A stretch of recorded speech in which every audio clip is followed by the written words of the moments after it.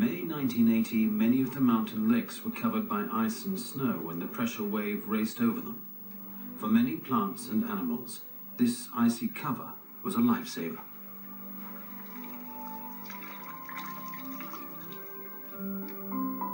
What looks like a tiny dragon is in fact the aquatic larvae of the northwestern salamander.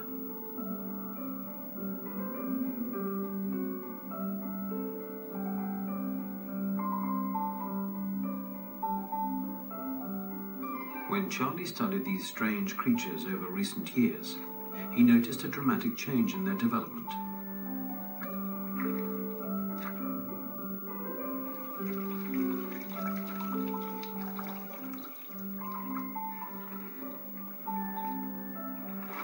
Normally, after 15 months, most young animals lose their gills and leave the water in order to live in the shade of ancient trees.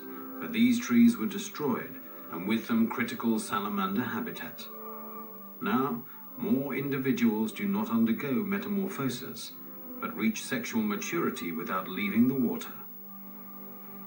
When looking across all the different ponds and lakes at Mount St. Helens, and particularly the newly created lakes and ponds, what we see is a very high frequency of these mature aquatic forms, far higher than we would expect.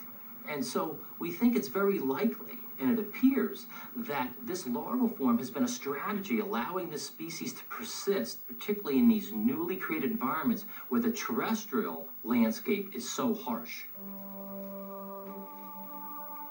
Those individuals that do lose their gills have to deal with all kinds of adversity.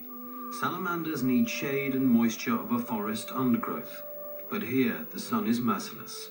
This individual needs to find a shady place very soon.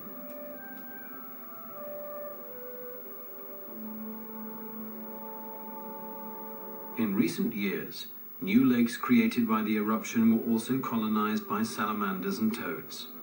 How were these tiny amphibians able to overcome the great distance across this apparently hostile, barren landscape?